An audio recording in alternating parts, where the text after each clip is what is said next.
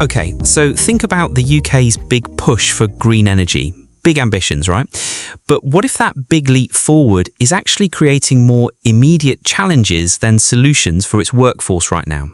That's what we're diving into today, the UK's clean energy transition. Yeah, and our main source for this is a really thought-provoking article by Steve Davidson on his substack, Baffled by Science.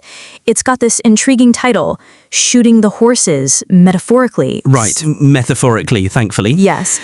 And it really paints quite a stark picture of the situation. Exactly. So our mission here is to try and unpack why this transition, despite all the good intentions, is proving so complex and challenging. And why Davidson argues it's currently, not working for many. Okay, let's get into it. Well, on paper, the government's vision sounds pretty clear. Labour MP Michael Shanks talked about a managed, just transition for the North Sea, supporting the regions affected and also aiming to unlock long-term investment for clean energy. There's even an office for clean energy jobs. Sounds pretty supportive. It does, but the author, Steve Davidson, he's pretty skeptical. He is. Yeah, he really questions if it's genuinely just or even managed when you look at the real-world impact, the immediate hit on workers and industries. And this is where the article highlights what feels like a real double whammy. Exactly. You've got the downturn in the traditional industries happening at the same time as pretty significant hurdles popping up in the new clean tech sector itself. Precisely that. The traditional sectors, they're seeing an accelerated decline. Like Grangemouth. Grangemouth is a huge example, yeah. Scotland's big oil refinery set to close by summer 2025. That's 400 jobs just gone. Wow. Why the closure? Well, the company basically said it couldn't compete anymore. Demand's falling, maintenance costs are through the roof.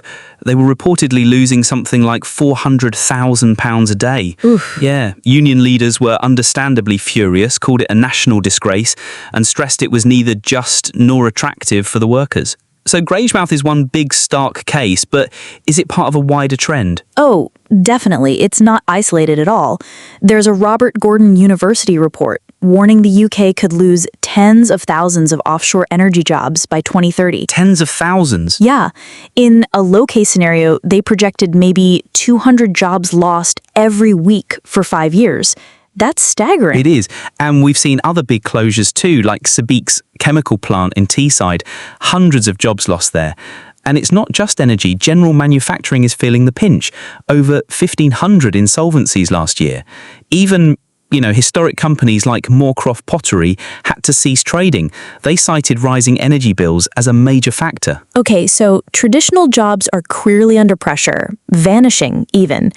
Is the green sector stepping in? Is it absorbing these workers smoothly? Well, that's the hope, right? But the article argues not really, not yet anyway.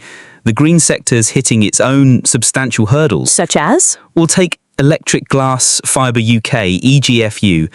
They make stuff vital for wind turbines and for EVs. They closed. Reason, rising energy prices again. This hit 250 workers and it messes with the supply chains too. So the very inputs for green tech are struggling. Exactly.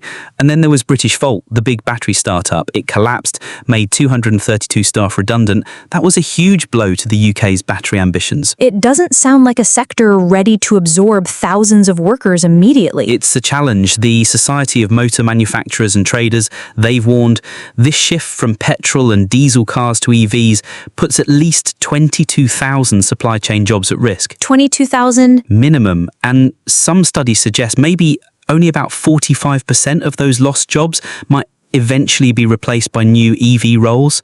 And they often need different skills, you see. Right. Retraining is a whole other issue. Absolutely. And what's also really striking, investment in clean tech actually plummeted 44% in 2024 after a peak in 2022. Why the drop? Seems traditional investors are a bit wary.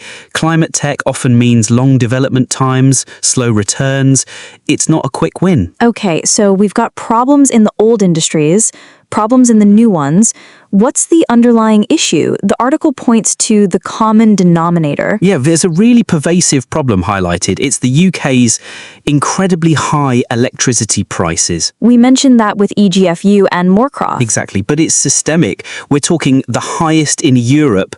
For the car industry, for instance, prices are apparently 59% higher than the EU average. 59%, that's huge.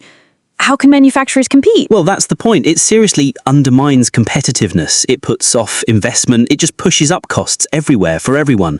And the clean energy sector itself is also suffering from these high energy costs. Right, the irony is pretty stark. It's almost self-defeating, isn't it? Trying to build a green economy when the cost of that green energy is crippling businesses. Precisely, this fundamental cost issue makes every business less resilient, less able to cope with other pressures like, say, rising taxes or national insurance, even impacts public services, which are already cash-strapped. So, bringing this all together for you, our listener, what's the main takeaway here? I think it's that we're seeing a really rocky, uncoordinated transition. The job losses in the traditional areas, they aren't being neatly offset by new green jobs. And that promise of a just transition, the article argues it's just not materializing for many. The green alternatives seem a long way over the horizon, and often they just don't need as many workers. Which brings us back to that powerful metaphor from the article. Yeah, we're in the process of shooting the horses just when the first automobiles sputtered into life. Basically damaging the existing structure before the new one is truly ready or viable. So, as you listen to this, what does this complex picture make you consider about these huge shifts, these economic and environmental transitions we're trying to navigate? Well, it throws up a really critical question, doesn't it? Yes, how can policymakers effectively balance those big, ambitious targets with the immediate practical realities, the impact on workers, on industries, especially when something as fundamental as energy cost is such a massive barrier? That's the tough nut to crack. That wraps you up for now. Thanks for joining us for this deep dive. And do visit baffledbyscience.com to keep up to date with the latest developments in renewable energy policy. And as always, we encourage you to keep exploring, keep questioning, and stay informed. Until next time.